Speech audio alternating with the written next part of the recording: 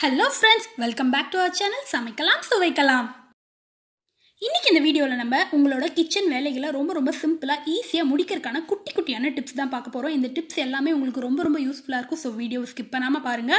வீடியோக்குள்ள போறதுக்கு முன்னாடி நீங்க இன்னும் நம்ம சேனலை சப்ஸ்கிரைப் பண்ணாம இருந்தா ப்ளீஸ் கீழ இருக்க red colour subscribe button click பண்ணி கூடவே இருக்க பெல் ஐகானையும் கிளிக் பண்ணிருங்க. அதுல ஆல் ஆப்ஷன் கொடுத்துக்கோங்க. இப்போ வாங்க வீடியோக்குள்ள போலாம்.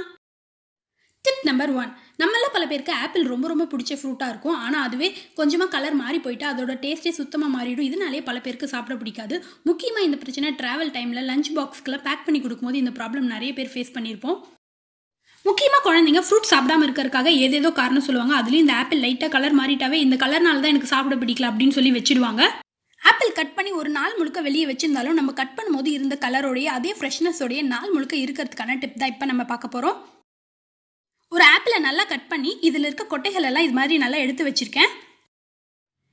இப்போ இந்த ஆப்பிளை ஒரு பவுலில் தண்ணி எடுத்துக்கலாம். தண்ணியில் 1/4 டீஸ்பூனுக்கும் குறைவான அளவு உப்பு சேர்த்துக்கலாம். தூளுப்பு நான் இன்னைக்கு சேர்க்குறேன். கொஞ்சமான அளவில் சேர்த்தா போதும். ஒரு பிஞ்ச் அளவுக்கு சேர்த்தா கூட போதும். தண்ணியில் உப்பு நல்லா கரையிற அளவுக்கு நல்லா கலந்து விட்டுக்கலாம். இந்த தண்ணியில் ஆப்பிளை ஒரு 5 நிமிஷம் மட்டும் போட்டு வச்சா போதும். 5 நிமிஷத்துக்கு அப்புறம் இந்த ஆப்பிளை வெளியே எடுத்துட்டோம்னா ஒரு நாள் முழுக்க நம்ம வெளியே வச்சிருந்தாலும் அதோட கலர் கொஞ்சம் கூட மாறவே மாறாது, கருத்து போகவே போகாது. நீங்க இந்த டிப்பை ஆப்பிள் ஜூஸ் செய்யும் போது கூட ஒரு பிஞ்சுக்கும் குறைவான அளவில் மட்டும் உப்பு சேர்த்துக்கிட்டா போதும். ஏன்னா நம்ம அதில் பால் சேர்க்கிறோம், அதனால திரிஞ்சு போக நிறைய வாய்ப்பு இருக்கு. ஒரு பிஞ்சுக்கும் குறைவான அளவு உப்பு சேர்த்துட்டிங்கன்னா ஆப்பிள் ஜூஸ் எவ்வளோ நேரம் வெளியே வச்சிருந்தாலும் அதே மாதிரி கருத்தே போகாது. பாருங்க 5 நிமிஷம் ஆயிடுச்சு. இப்போ அந்த ஆப்பிளை வெளியே எடுத்துடலாம். இப்போ இந்த ஆப்பிளை நீங்கள் ஒரு நாள் முழுக்க வெளியே வச்சிருந்தாலும் கொஞ்சம் கூட கலர் மாறவே மாறாது. டிராவல் டைமில் எடுத்துகிட்டு போகிறதுக்கு உங்களுக்கு ரொம்ப யூஸ்ஃபுல்லாக இருக்கும். குழந்தைங்களுக்கு கலர் மாறாமல் கொடுக்கறதுக்கு இந்த டிப் ரொம்ப யூஸ்ஃபுல்லாக இருக்கும். கண்டிப்பாக ட்ரை பண்ணி பாருங்கள். நீங்கள் நெக்ஸ்ட் டைம் ட்ராவல் பண்ணும்போதோ இல்லை லஞ்ச் பாக்ஸ் ஆப்பிள் பேக் பண்ணும்போதோ கண்டிப்பாக உங்களுக்கு இந்த டிப் ஞாபகத்தில் வரும்.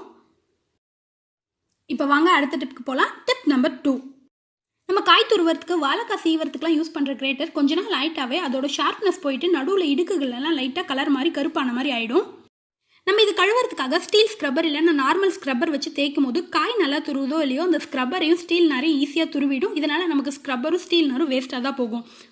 அப்படி ஆகாமல் நம்ம வேஸ்ட்டாக தூக்கி போட்டு போகிற ஒரு பொருளை வச்சு ரொம்ப ஈஸியாக அதை ஷார்ப் பண்ணிடவும் முடியும். அதே மாதிரி இதில் இருக்க அழுக்குகளையும் நீக்கிட முடியும். இப்போ இந்த கிரேட்டரை ஷார்ப் பண்ணுறதுக்காகவும் இதோட இடுக்கில் இருக்க அழுக்கு போக்குறதுக்காகவும் கேஸ் அடுப்பில் ஒரு 30 செகண்ட் மட்டும் லைட்டாக காமிச்சு எடுத்துக்கிட்டால் போதும். இது ரொம்பலாம் சூடாகணும்னு அவசியம் இல்லை, லைட்டாக சூடானா போதும். கை பொறுக்கிறத விடவே மிதமான சூடில் இருந்தால் கூட போதும்.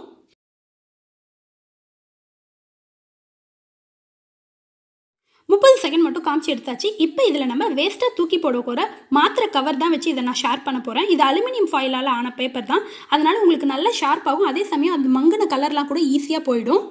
கெட்டியான டேப்லெட்ஸ் கவர் இதுக்காக எடுக்க வேணாம். இது மாதிரி வளையிற மாதிரி இருக்கிற டேப்லெட்ஸ் கவராக பார்த்து எடுத்துக்கோங்க. எடுத்துட்டு இது மாதிரி லைட்டாக ஷார்ப் பண்ணாவே போதும். அதோட அழுக்கும் போயிடும். அதே மாதிரி நல்லா ரொம்ப ஷார்ப்பாகவும் ஆகிடும். உங்ககிட்ட இது மாதிரி மாத்திரை கவர் இல்லைன்னா அலுமினியம் ஃபாயில் பேப்பர் இருக்குல்ல, அதை வச்சு இது மாதிரி கூட தேய்க்கலாம். அது மாதிரி தேய்ச்சா கூட ரொம்ப நல்லா ஷார்ப்பாகும். அதே மாதிரி அதில் இருக்க அழுக்கு கூட ஈஸியாக வந்துடும். பாருங்கள், 1 செகண்ட் தான் நான் தேய்ச்சேன். எந்த அளவுக்கு அதில் இருக்க அழுக்கெல்லாம் வந்துட்டு இருக்கு பாருங்கள். அதே மாதிரி ரொம்ப நல்லா ஷார்ப்பாகவும் ஆயிட்டு இருக்கு. இதே போலவே மாத்திரையோட கவர் வச்சு இந்த கிரேட்டர் ஃபுல்லாகவே நல்லா தேய்ச்சி எடுத்துக்கலாம். இதனால உங்களுக்கு மாத்திரையோட வாசம் வருமோ நீங்கள் பயப்பட வேணாம். இதை நார்மலாக திரும்பி நம்ம எப்பவும் போல் வாஷ் பண்ணிட்டாவே அந்த ஸ்மெல் போயிடும். 5 பைசா கூட செலவே இல்லாமல் சூப்பராக நம்மளோட கிரேட்டர் ஷார்ப் பண்ணிடலாம். அதே மாதிரி பலன்னு புதுசு மாதிரியும் ஆக்கிடலாம். இது ஒரு தடவை தண்ணியில் வாஷ் பண்ணிவிட்டு உங்களுக்கு எடுத்துகிட்டு வந்து காமிக்கிறேன்.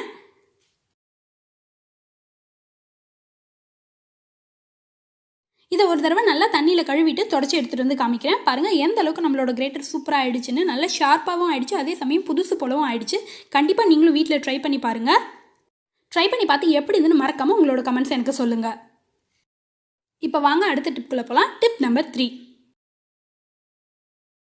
நார்மலாக நம்ம லெமன் ஜூஸ் இல்லை லெமன் ரைஸ் செய்கிறதா இருந்தால் ஃப்ரிட்ஜிலேருந்து லெமன் எடுத்து ஒரு தடவை கசக்கிட்டு நம்ம ஜூஸ் பிடிய ஆரம்பிச்சிடுவோம். அது மாதிரி நம்ம பண்ணும்போது அந்த லெமனில் இருக்க பாதி ஜூஸ் தான் நமக்கு வரும். இப்போ நான் சொல்ல போகிற டிப்பை நீங்கள் ஃபாலோ பண்ணி பார்த்தீங்கன்னா அந்த முழு லெமனில் இருக்க ஃபுல் ஜூஸும் ஒரு சொட்டு ஜூஸ் கூட வேஸ்ட் ஆக நமக்கு கிடைக்கும். அதுக்காக நான் இன்றைக்கி ஒரு பவுலில் வெதுவெதுப்பான சுடு தண்ணி எடுத்திருக்கேன். ரொம்ப சூடாக இருக்க வேணாம், வெதுவெதுப்பான சூடில் இருந்தால் போதும். இந்த சுடு தண்ணியில் லெமனை ஒரு 5 நிமிஷம் மட்டும் போட்டு வச்சா போதும். 5 நிமிஷம் கழித்து நார்மலாக நீங்கள் கட் பண்ணிவிட்டு ஜூஸ் பிடிய ஆரம்பித்தாவே போதும். ஒரு சொட்டு ஜூஸ் கூட வேஸ்ட் ஆகாமல் நமக்கு ஃபுல் ஜூஸும் நமக்கு கிடைக்கும். 5 நிமிஷம் ஆயிடுச்சு. இதை வெளியே எடுத்து கட் பண்ணிட்டு வந்து உங்களுக்கு காமிக்கிறேன். பாருங்கள் எந்த அளவுக்கு லெமன் சாஃப்ட் ஆயிடுச்சுன்னு. இதை நீங்கள் கஷ்டப்பட்டு பிழிய தேவையில்லை, லைட்டாக தொட்டாவே போதும், அதில் இருக்க ஜூஸ் மொத்தமும் வெளியே வந்துடும். பாருங்கள், இப்போ நான் லைட்டாக ப்ரெஸ் பண்ணும்போது எந்த அளவுக்கு ஜூஸ் வருதுன்னு. அரை மூடி எலுமிச்சை பழத்துலேருந்து நமக்கு எந்த அளவுக்கு ஜூஸ் வருது பாருங்கள். கிட்டத்தட்ட ஒரு 3 டேபிள் ஸ்பூன்லேருந்து 4 டேபிள் ஸ்பூன் அளவுக்கு இந்த ஜூஸ் இருக்கும். நீங்கள் இதே மெத்தடில் ஆரஞ்சு சாத்துக்குடிக்கெல்லாம் கூட சுடு தண்ணியில் அந்த ஆரஞ்சு பழம் சாத்துக்குடி பழத்தை ஒரு 5 நிமிஷம் போட்டு வச்சுட்டு ஜூஸ் எடுத்திங்கன்னா கொஞ்சம் கூட அதில் இருக்க ஜூஸ் வேஸ்ட் ஆகும், மொத்த ஜூஸும் உங்களுக்கு கிடைக்கும். கண்டிப்பாக ட்ரை பண்ணி பாருங்கள். இப்போ வாங்க அடுத்த டிப்பில் டிப் நம்பர் 4. நெயில் பாலிஷ் வாங்கிட்டு வந்து கொஞ்ச நாள் ஆகிட்டாவே நம்ம ஈவன் ஃப்ரிட்ஜ்லேயே வச்சிருந்தா கூட அது கொஞ்ச நாளில் திரியாக ஆன மாதிரி ஆகிடும். நம்ம அப்ளை பண்ணும்போது அந்த அளவுக்கு ஈவனாக ஸ்மூத்தாக வராது, நான் பார்க்குறதுக்கும் ரொம்ப நல்லா அழகாக இருக்காது. அது மாதிரி ஆகிட்டா கூட ரொம்ப ஈஸியாக புதுசு போல் மாற்றிடலாம், ஒன்றும் பிரச்சனை இல்லை. அதுக்காக நான் இன்றைக்கி ஒரு பவுலில் சுடு தண்ணி தான் எடுத்திருக்கேன். இந்த சுடு தண்ணியில் நம்மக்கிட்ட இருக்க நெயில் பாலிஷ்லாம் அதில் வச்சிடலாம். ஒரு 5 நிமிஷம் மட்டும் இந்த நெயில் பாலிஷ் சுடு தண்ணியில் இருக்கட்டும். அதுக்கப்புறம் நம்ம எடுத்தோன்னா ரொம்ப ஈஸியாக லிக்விட் ஆகிடும், நம்மளுக்கு அப்ளை பண்ணுறதுக்கும் ரொம்ப ஈஸியாக இருக்கும். 5 நிமிஷம் ஆயிடுச்சு. இப்போ இதை நான் வெளியே எடுத்துட்றேன். பாருங்கள், நம்ம ஃபஸ்ட்டு பார்க்கும்போது ரொம்ப கொஞ்சம் கெட்டியாக இருந்த மாதிரி இருந்துச்சு, அதோட லிக்விடே கீழே விழவே இல்லை. ஆனால் இப்போ பாருங்கள் ரொம்ப ரொம்ப லிக்விட் ஆகிடுச்சு, நம்மளுக்கு அப்ளை பண்ணுறதுக்கும் ரொம்ப ஈஸியாக இருக்கும். அப்ளை பண்ணி காமிக்கிறேன்.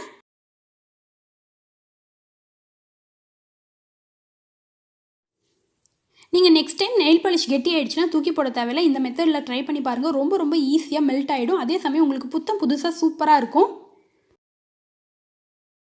எனக்கு நெயில்ஸ் அந்த அளவுக்கு நீளமாக இல்லை, அதனால பர்ஃபெக்டாக அடிக்க முடியல. நெகக்கண்ணிலலாம் லைட்டாக கொஞ்சம் ஒட்டியிருக்கேன், ஆனால் சூப்பராக இருக்குது.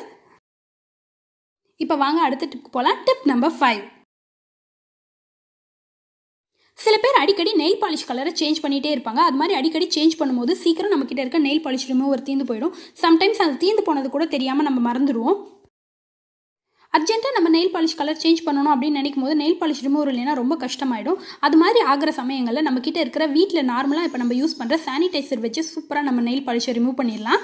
இப்போ நம்ம எல்லார் வீடுகள்லையுமே சானிடைசர் கண்டிப்பாக இருக்குது. இந்த சானிடைசரை அந்த நெயில் பாலிஷ் மேலே ஒரு 2 ட்ராப் அளவுக்கு மட்டும் விட்டுட்டு ஒரு 2லேருந்து 3 நிமிஷம் மட்டும் அப்படியே விட்டுடுங்க.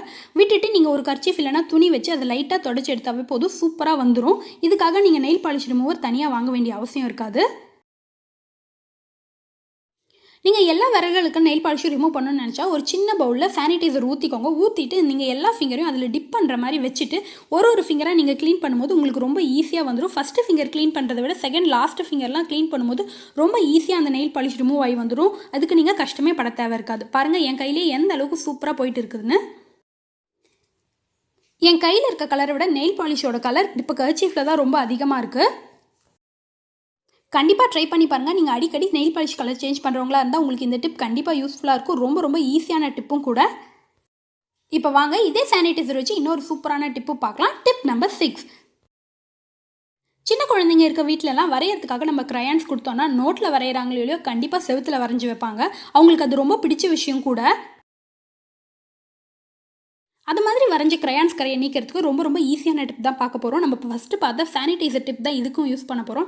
நம்ம வீட்டில் இருக்க சானிடைசரை லைட்டாக ஸ்ப்ரே பண்ணிக்கிட்டாவே போதும். இதை ஊற வைக்கணும்னா கூட அவசியம் இல்லை, உடனே ஒரு துணி வச்சு தொடச்சிட்டிங்கனாவே போதும். ரொம்ப ரொம்ப ஈஸியாக அதோட ஸ்ட்ரெயின் போயிடும், அதோட தடமே இல்லாமல் ரொம்ப ரொம்ப பளிச்சுன்னு ஆயிடும் செவரு. இதே மாதிரி செவத்தில் சின்ன சின்ன விடாப்பிடான கரைகள் இருந்தால் கூட இந்த சானிடைசர் வச்சு நீங்கள் க்ளீன் பண்ணும்போது ரொம்ப ரொம்ப ஈஸியாக போயிடும். இதே மாதிரி முகம் பார்க்குற கண்ணாடியில் கூட லைட்டாக அழுக்கு இது மாதிரி துருப்பிடிச்ச கரெல்லாம் இருந்துச்சுன்னா இந்த சானிடைசர் வச்சு நீங்கள் க்ளீன் பண்ணும்போது ரொம்ப ஈஸியாக அது போயிடும். பாருங்கள், இப்போ நான் க்ளீன் பண்ணிட்டேன். அந்த க்ரையான்ஸ் வரைஞ்ச இடமே தெரியல, அந்த அளவுக்கு சூப்பராக க்ளீன் ஆகிடுச்சு. உங்கள் வீட்டில் குழந்தைங்க செவரு ஃபுல்லாக கிறுக்கி வச்சுருந்தாங்கன்னா கண்டிப்பாக ட்ரை பண்ணி பாருங்கள். ட்ரை பண்ணி பார்த்து எப்படி இருந்துன்னு மறக்காமல் உங்களோட கருத்துக்களை எங்களோட ஷேர் பண்ணுங்கள். கண்டிப்பாக இந்த வீடியோ பிடிச்சிருக்கும் நம்புகிறேன். அப்படி பிடிச்சிருந்தா ஒரு லைக் கொடுங்க, உங்கள் ஃப்ரெண்ட்ஸ் அண்ட் ஃபேமிலிக்கும் ஷேர் பண்ணுங்கள். இந்த வீடியோ உங்களுக்கு ரொம்ப ரொம்ப பிடிச்சிருக்குன்னு நினச்சிங்கன்னா மறக்காமல் நம்ம சேனலை சப்ஸ்கிரைப் பண்ணிக்கோங்க.